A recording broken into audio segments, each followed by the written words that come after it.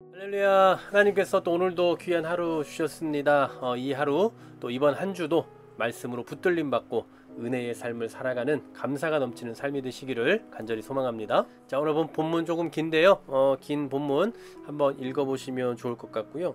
오늘 본문은 지난주에 이어서 제사장들의 목, 그리고 그 다음에 이어 이제 레위인들의 몫에 대한 말씀을 하고 계십니다. 이 레위인들도 우리가 알고 있는 것처럼 이스라엘 자손 중에서 땅을 기업으로 받지를 못하죠. 가나안을 정복한 후에 48개의 성읍이 거주지로 할당이 되지만 이들에게는 이 제사장과 동일하게 농사를 지을 수 있는 밭이나 그런 자리가 허락되지 않습니다. 대신에 하나님께서 그들에게 주신 기업은 뭡니까? 24절이죠. 여호와께 거제로 드리는 11조를 레위인에게 기업으로 주었다라고 말씀합니다. 하나님께서는 이스라엘 백성들이 11조로 드리잖아요. 그것을 가지고 회막에서 또 갚아주신다, 이렇게 말씀하고 있는 겁니다. 자, 그것을 21절과 31절에서도 말씀하죠. 내가 이스라엘의 11조를 레위 자손에게 갚는다. 또 너희와 너희의 권속이 어디선지 이것을 먹을 수 있음은 회막에서 일한 너희의 보수이다. 갚는다, 보수다 라는 표현들을 하고 계세요. 그러니까 이 레위인은 백성들의 11조의 일부를 받게 되는 거고요. 그리고 그 받게 된 것을 가지고 그 가운데서 또 11조를 드리게 되죠. 자, 26절, 28절을 보시면 내가 이스라엘 자손에게 받아 너희에게 기업으로 준 11조를 너희가 그들에게서 또 받을 때에 라고 말씀하죠. 또 그 11조의 11조를 거제로 여호와께 드린다. 또 28절에도 모든 것의 11조 중에서 여호와께 거제로 드리고 여호와께 드린 그 거제물은 제사장 아론에게로 돌린다 라고 말씀을 하고 있습니다. 이게 뭐냐면 레위인들이 드리는 그 11조는 이제 누구의 몫이 되냐면 또 제사장의 몫이 되는 거예요. 이렇게 순차적으로 백성들이 하나님께 드린 11조는 레위인들에게, 또 레위인들의 11조는 제사장들에게, 이런 식으로 하나님께서 공급해 주시는 거죠. 자, 우리가 지난주 금요일에도 봤지만 오늘 본문에서도 우리가 중요하게 봐야 할 구절이 있습니다. 바로 21절, 26절일 텐데요. 먼저 주어가 뭡니까? 내가 라고 말씀해요. 또 26절에도 내가 라고 말씀을 하고 있죠. 그리고 21절 보십시오. 기업으로 다 준다라고 말씀하시고요. 또 26절에서 너희에게 기업으로 준 11조. 자, 내가 준 11조, 내가 기업으로 준 것, 이렇게 표현을 하고 있습니다.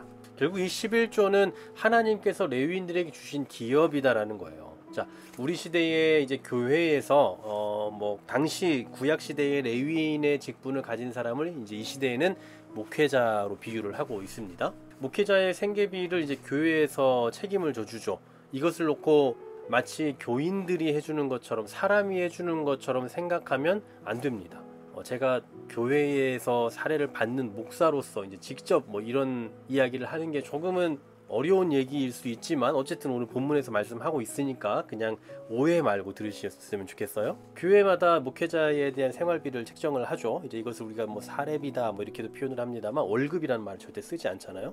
이것을 위해서 이제 예산을 책정을 하기도 합니다. 그런데 이때에 성도가 먹여 살린다, 성도가 헌금을 내서 목회자가 그걸로 산다, 이런 식의 생각을 가지면 안 된다라는 거예요. 우리가 지난 시간에도 생각해봤지만 계속해서 주어가 내가, 즉 하나님이에요. 하나님께서.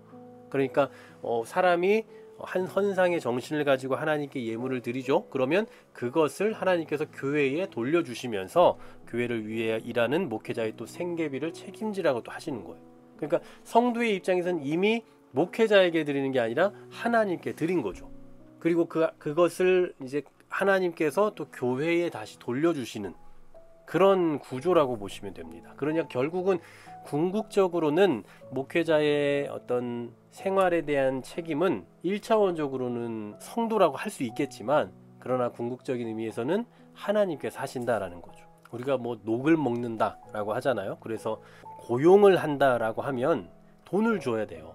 그럼 만약에 교회에서 목회자에게 월급을 준다, 돈을 준다, 이렇게 이해가 되면 그 목사는 그 교회에 고용된 거죠. 그리고 성도가 고용주가 되는 거예요. 근데 그런 개념이 아니라는 거죠. 근데 이제 요즘에는 마치 회사에서 월급 주는 것처럼 이런 풍조가 교회의 정신을 좀 지배하고 있는 것도 있습니다만, 이런 부분에 있어서 좀 교회가 건강한 생각을 좀 가져야 될 것 같습니다. 훗날 이스라엘의 역사를 보면 이런 일들이 제대로 이루어지지 않는 걸 보게 됩니다. 그러니까 레위인들에게나 또 제사장에게나 이런 그 생계비가 흘러가는, 자연스럽게 흘러가는 일들이 사라져가요. 왜냐하면 11조를 하지 않으니까요. 그런 게 이제 사사시대, 왕정시대에 이런 일들이 생기면서 막 개인적으로 제사장을 삼고 뭐 엉망진창이 되어버리죠. 제사장이나 레위인이 실제로 생계를 보장받지 못하니까 더 이상 할 수 없는 상황이 생기는 거예요.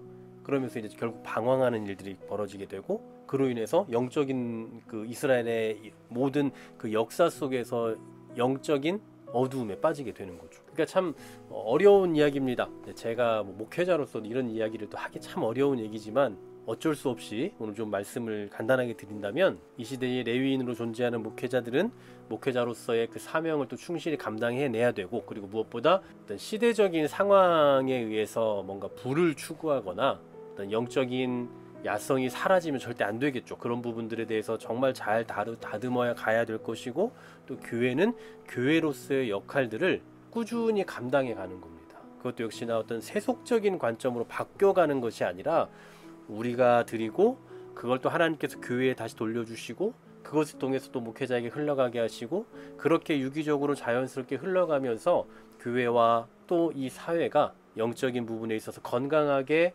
세워져 갈 수 있도록, 그 건전성이 유지되어져 갈 수 있도록 해 나가야 된다라는 거예요. 그러니 사실은 굉장히 뭐 여러 가지가 있겠습니다만, 오늘 말씀 통해 생각해 볼 수 있는 게 뭐 11조도 우리가 충실히 잘 해 나가야 될 것이고, 또 교회로서의 역할, 또 목회자로서의 역할, 뭐 다양한 것들을 다 생각해 볼 수 있는데, 사람이 무엇을 해서 목회자를 세우는 게 아니라 결국은 하나님이 중심이 되신다라는 걸 잊지 않으셨으면 좋겠어요. 하나님께 우리는 하는 것이고, 하나님께서 또 목회자를 먹이시는 것이고, 하나님께서 교회를 세워나가신다.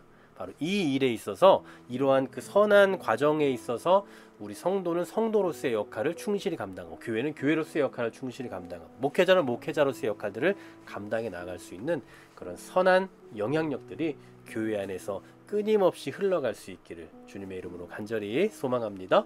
좋으신 하나님, 참 감사합니다. 하나님께서 세우신 그 거룩한 질서들 안에서 또 교회를 통해 목회자들을 세워가시고, 목회자들을 또 살게 하시고, 또 그러한 모든 과정들을 이루어 가심에 있어서 성도의 경건성과 거룩함이 결코 훼손되지 않게 하시는 그런 모든 과정들을 우리가 말씀을 통해 살펴보게 하시니 감사합니다. 성도는 하나님께 드리고, 하나님께서 돌려주시는 그 11조를 통해 또 우리가 복음을 위해 더 효과적으로 잘 사용해 갈 수 있는 지혜를 우리 직분자들과 교회에 허락해 주시고, 그러한 마음으로 교회를 세워 나아갈 때에 하나님 나라의 귀한 사역을 교회가 충실히 감당해낼 수 있도록 은혜 허락하여 주시옵소서.